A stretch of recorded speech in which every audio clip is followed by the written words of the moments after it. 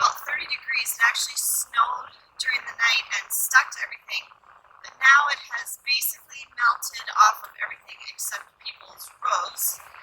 And I am on my way to have my MRI of my right ankle. And I'm leaving exactly 10 o'clock. My appointment is at 10:30 and it will not take me that long to get there. But right before I left, the MRI department called me and said, you can come right now because we're running ahead of schedule. So I'm like, okay, I'll leave right now. I was going to leave in like 10 minutes anyway. I want to give you a little update on how I'm doing. I do feel, ironically, isn't this the way it always goes? Sorry if had the defrost on because there was snow on the windshield. Sorry if that was loud. I feel like as soon as I made the appointment to see the doctor a couple weeks ago or whatever it was, that then my ankle started to improve again. And it's doing okay, but I still need to have the MRI. It actually hurts a lot this morning, and it's down that side on the right behind the bone there, and kind of running up the side of my ankle. And where I'm definitely still noticing it is going down the stairs is still, I've been trying to do it every other foot, but boy, it hurts and it's really hard. It just feels very awkward and unstable, and I have to really hold on to the railing and stuff, so it's not good. Right before I got the phone call from MRI, I decided to log into my account on my clinic's website, because they will show whenever you see a practitioner, they put down their diagnosis or what your condition was when you saw them. And he's changed mine a couple times, like when I first saw him, he said just, presented with, I don't even remember what they all are, but anyway, I want to tell you, he added 2 new ones when I saw him this last time when he ordered the MRI. And the first one is exactly what I said when I looked it up and what I suspected, which was perineal tendinitis of the right ankle. And the perineal tendons are the ones that come down the side of your leg and go just behind that knobby bone in your foot and attach to your foot. Those are the perineal tendons. And I said, I think it's tendinitis. And sure enough, that's what he said it is. It's perineal tendinitis of those tendons. But then the second diagnosis he gave was internal derangement of the lower right extremity. And I had to look that up. Internal derangement, because that sounds really bad, is where something is happening inside your body in a joint that is preventing the joint from functioning or moving normally. So, and I kind of feel like that's the diagnosis he used to order the MRI. And then along with that, I got a letter just yesterday in the mail from my insurance company approving the MRI. So that's good, because it'd be awful if they didn't pay for it. That came just in time, and they were just saying that they approved it. And I actually held on to the letter because it has like an approval number, which I'm definitely going to want if, they try to bill me or something. I had a choice for where I went for this today. I could have gone in my own town, very close to me, for my MRI. But he said if I went there, I would have to be full length in the whole tube. And I had an MRI once before. It was in 2002 or 2003. I was in a rear end accident. I was stopped at a stoplight, got rear-ended very badly, and really hurt my neck. And I had to have an MRI for my neck. And I ended up having physical therapy for a really long time. And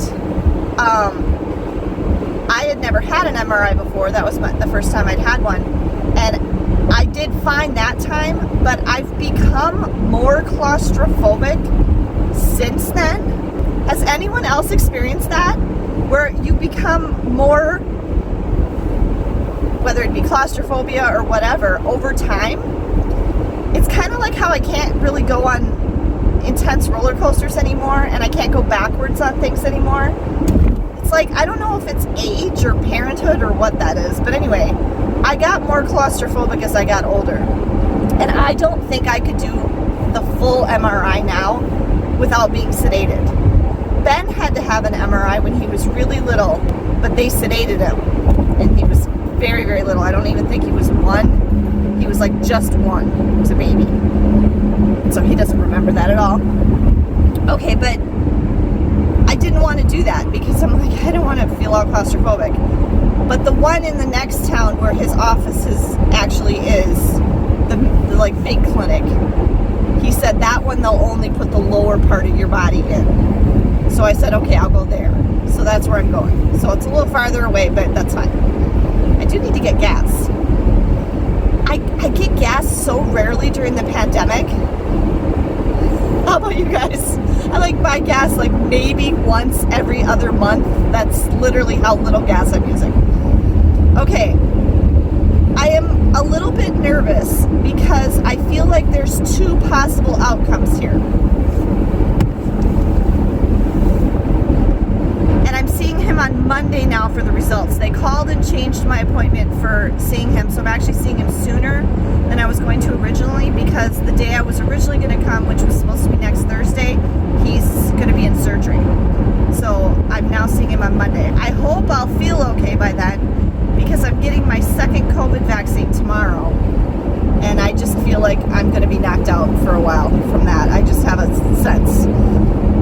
Okay, so I feel like the 2 possibilities for this, the results from this MRI are, one possibility is that it just turns out it is tendinitis of those peroneal tendons, and it's just going to take longer to heal, and up to 6 months like I looked up, which would be another month and a half, which I could actually see that happening. The other possibility, well, I guess there's actually 2 other possibilities. One other possibility is I do have some kind of vertical tear in the tendons, which he said we would need to fix, and then I'm going to need surgery. I really hope that doesn't happen, because I'm very nervous about having surgery, and I also am not happy at all about the idea of going back to square one and not being able to walk or drive. That'll be really awful. So I hope I don't need surgery. And then I guess there is an in-between option, which he did say I could have torn the tendon, but if I didn't tear it vertically, like if it's just a small tear, or it's a horizontal type tear, I guess. He didn't really say what would happen if it was that. I kind of feel like that's just going to need more healing too, and I wouldn't necessarily need surgery in that situation. So I guess those are the 3 possibilities as far as I understand things at this point. And I will come back and give you a little more information after I have the MRI.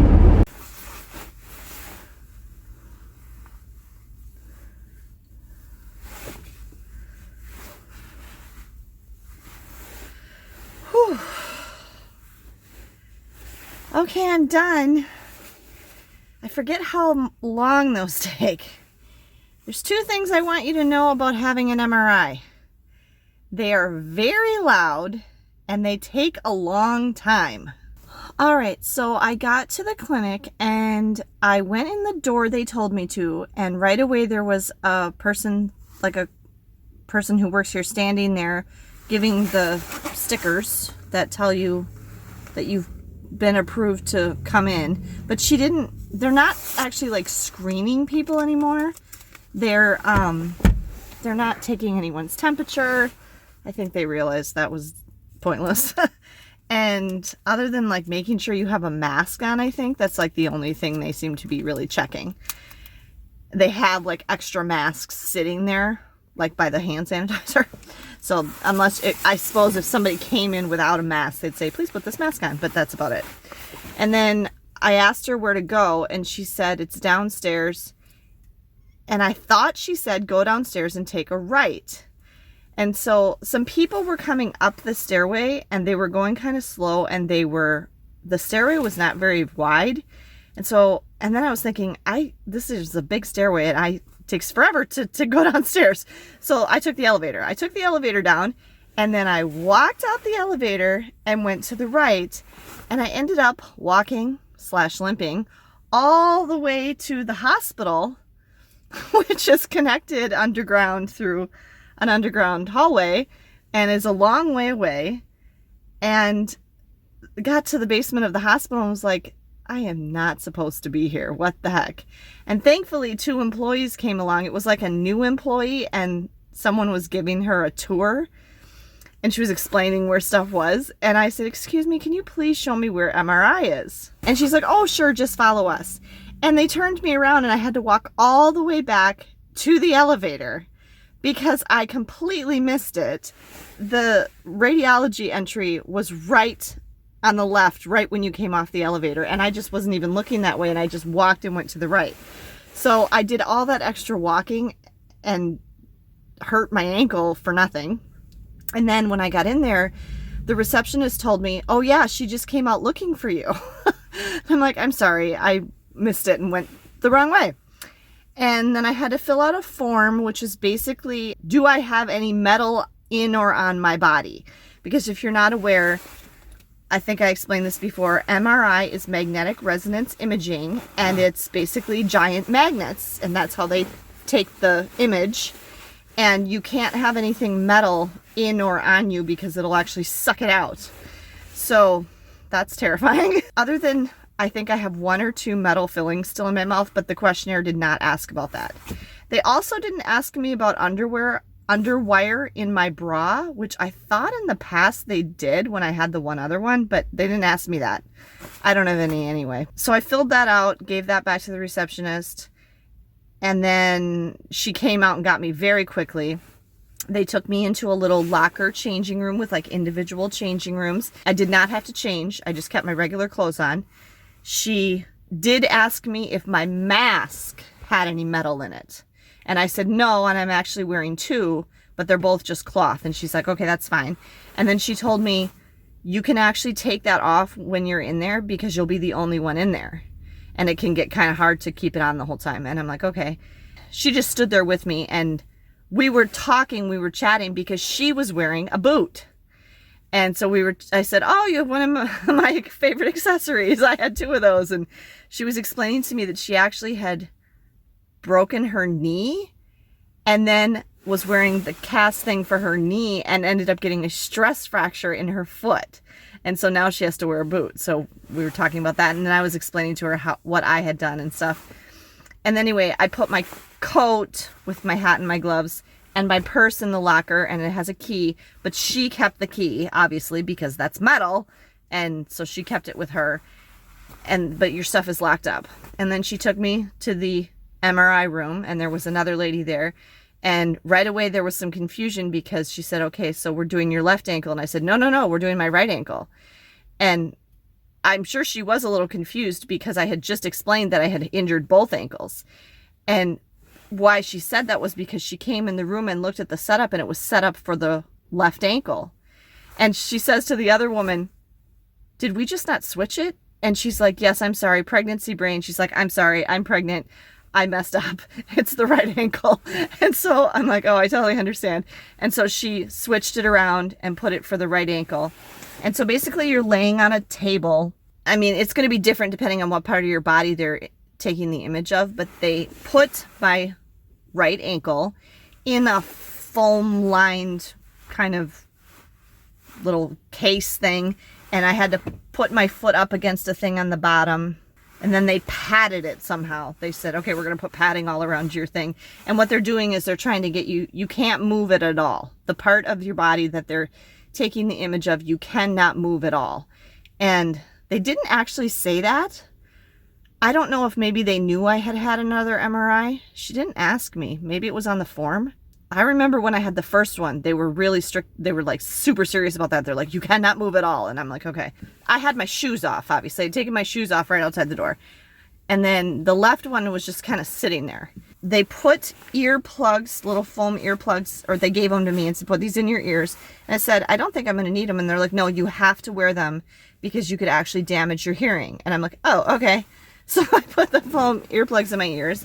And then they said, what do you want to listen to? What kind of music do you want to listen to? And I'm like, oh. And I'm like, I didn't get music for my first MRI. And then I'm like, how about some soft jazz? And they're like, okay. And then they put these big headphones on me. And the headphones had like nice, like, surgical protective covers on them. And then they handed me a tube, like a kind of like the thing on the end of a blood pressure cuff, blood pressure thing. And they said, here, and that was also covered with a little protective cover.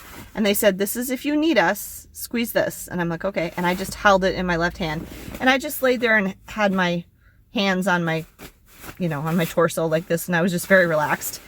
And I did take my mask off and laid it like just on my abdomen. Hi everyone, Future Heather here. I just realized there were 3 things that I forgot to tell you when I was recording the video in the car when I was still at the clinic that I was just reminded of when I was telling Megan about my MRI when I got home. Okay, first of all, glasses. I purposely put my contacts in this morning, which I wear so rarely these days during the pandemic. But I knew that they would not let me keep my glasses because your glasses have metal in them, even if it's just the little screws. So I purposely put my contacts in to go to the MRI. And I'm very glad I did that because that way I was able to see. I have terrible vision unless I'm wearing my glasses or my contacts. And so I'm glad that I put my contact lenses in so I could actually see what was going on in the room, for the whole thing. So that's just something to keep in mind. If you wear both glasses and contacts like I do, you might want to consider wearing your contact lenses if you have to have an MRI. And if you only wear glasses, just know that they're not going to let you keep them on while you're having the MRI. Okay, second thing. Remember I said that they said I could take off my mask while I was in there, and I actually had 2 masks on. I did, and I laid it on my belly, and I forgot to finish that. After a little while, when the MRI was going, I started to get nervous about that because it feels so strange to me now to be inside a place that's not my home and not have my mask on. And I was just laying there and I was thinking about it, and I started to think, oh no, what if the person who had the MRI before me today also took their mask off, and they had the virus, and the virus could be floating around in this room still. So I got kind of anxious about that because I was in there for an extended period of time. It was way longer than 15 minutes. And so the next time there was a little break in the noise when I knew she was between images, I just picked it up and just laid it across my face, laid both masks across my face. I couldn't put it around my ears because I had those headphones on that they had put on me, but I felt just a little bit better knowing that my mouth and nose was covered. And then as soon as they came in and took the headphones off, I put it back on completely. But I probably didn't need to worry because as soon as they came in and sat me up and unstrapped my ankle and everything and sat me up, they started cleaning like crazy people. They were spraying stuff down and cleaning everything and sterilizing everything in there. And even when I walked out of the room, they were still cleaning stuff. So they were obviously taking it very seriously, and I probably didn't have anything to worry about.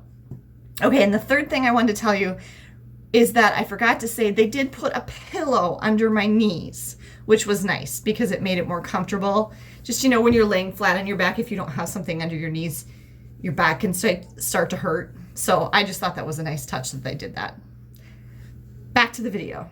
And I only went in about, I asked them how far am I going to go in? And they had already moved me in, and they're like, you're there, you're already in. And I'm like, oh, okay. So I don't even think it came up to my waist. Honestly, I think it was more up to my thighs. So only from my thighs down were actually inside the machine. If you've ever had a CT scan, it basically looks about the same. It's kind of just like a big donut. I had a CT scan not that long ago for a kidney stone, and this looked a little bit, just slightly different, a little bit more modern. And then they left and they go in their little room and they're watching you the whole time. And it takes a very long time. Now, when I had the one on my neck, they talked to me a lot. They come over the intercom and they talk to you. And I'm sure that the reason for that was twofold. One, when you have to have an MRI in your neck, you're all the way inside the tube, and the thing is like this close to your face. So you feel very trapped. I do remember when I had that MRI, if I lifted my eyes up, I could see the edge of the machine like just up here and see like the rest of the room. And if I hadn't been able to do that, I would have lost my mind. So that's probably one of the reasons they kept talking to me, because they knew you're going to feel claustrophobic. The second reason I think they kept talking to me in that other MRI that I had was because it was much longer than this one. Now, the one I just had was still very long. It was, well, I'm not exactly sure what time it was when I got in there, but I got done at 11:15, and my original appointment was 10:30, but I got here early. But then I'm not sure if I actually got here early or not because of the time I wasted walking to the hospital and back. So I don't know. Even if I got, say they started it right at 10:30, it was still 45 minutes long. And that feels about right. I would say that it was probably between 30 and 45 minutes long. The one I had on my neck, I think was probably close to an hour. So basically, I'm just laying there. My right ankle did kind of start to hurt just because it was immobilized in kind of just one position that I wouldn't necessarily hold it in on its own when I'm laying. But I did a very good job. They talked to me and said, "You're doing such a great job," because I did not move it the entire time. At one point, they came over the intercom to check on me. They said, "Hi, Heather, how you doing?" And I said, "I'm okay." I said, "How much longer?" And at that point, they said about 10 to 15 minutes. And I said, "Can I adjust my left ankle a smidge?" And they said, "Sure, you can move your left one, just don't move your right one." And I said, "Okay." And the reason I asked that is because, you know how the place where I fractured it, and I explained this to them afterwards and they totally understood. The place where I fractured it, remember I said it still feels a little bruised and tender? It was laying against the edge of like the equipment, like there was like a little corner edge and it was leaning against that, and it just was sore. And so when they said, "Sure, you can move it," then I just lifted it up, and so it wasn't touching that anymore. Above me on the ceiling, they had replaced 6 of the ceiling tiles, you know, those foam ceiling tiles. They had replaced 6 of them with the thing that makes it look like the sky. So like light is coming through and it's blue and clouds and it looks like you're looking at the sky outside. So that was nice. The only thing was I was a little too short. Like the bottom edge of it was like exactly lined up with my eyes, and then it went this way. Otherwise, it was just like a regular ceiling with ceiling lights. I had my earplugs in and then they put the headphones over me. The music didn't start right away, and I actually almost pushed the little pump thing to ask them, "Did you guys forget to put my music on?" But right about the time I was going to do that, it started. So I don't know if maybe they were getting the imaging going first and then they put the music on. But it was perfect music. It was this nice, soft, relaxing jazz music. And so I basically kind of most of the time just shut my eyes and relaxed. I've heard people say that they fall asleep during their MRI.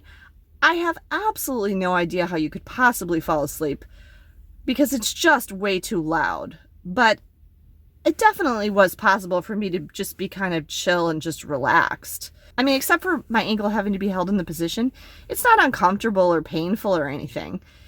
It's just really loud and it's long. Okay, there's basically 3 sounds. There's a constant clunk, clunk, clunk, clunk, clunk, clunk, clunk, clunk, clunk, clunk happening all the time, even when you're not in the machine.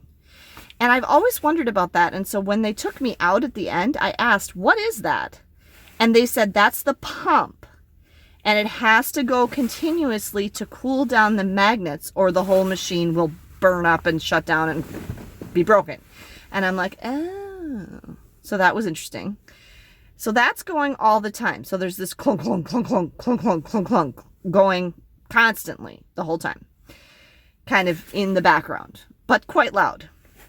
And then each time they're taking an image, the machine makes a different loud noise. And there were basically just 2. Most of them were one way. And then there was one time where she warned me, "This next picture is going to take 3 minutes." And I see why she warned me, because the noise that it made during that time was particularly loud and irritating. I can't remember what it sounded like now. But the rest of the time, every time they take an image, it's kind of like jackhammering, but faster. I mean, it's like, I don't know how to describe it. It's a very loud mechanical noise. And she was obviously taking the images as quickly as she could. Because I remember when I had my MRI the first time on my neck, there'd be the loud noise part, and then they'd stop, and then they would talk to me. And there would be like a break. And then they'd say, okay, now we're going to do the next one, and it's going to take this long. And then the noise would start back up. But this time, it was just like, the noise stops, the noise stops, the noise. And she only checked on me the one time. And she said, when she checked on me that time, I'm trying to go as fast as possible. Are you doing okay? Da, da, da. And that's when I asked, can I move my left one? She said, sure. And then the only other time she talked to me 2 times to tell me about there were 2 that were particularly long. The first one with the really annoying noise that she said, this is going to be 3 minutes. And then at the very end, she said, this is the last picture. It's going to take 3.5 minutes. And then they came on right at the end and they said, we'll be right in. And except for the clunk, clunk, clunk, clunk in the background, all the noise stopped. They pull you out. They get everything off of you really fast. And then we were just chatting a little bit. And then I went out in the hall and they're like, here's your shoes. And I sat down and put my shoes back on. And then they took me to my locker and opened it for me. And I got my coat and my purse out and I left.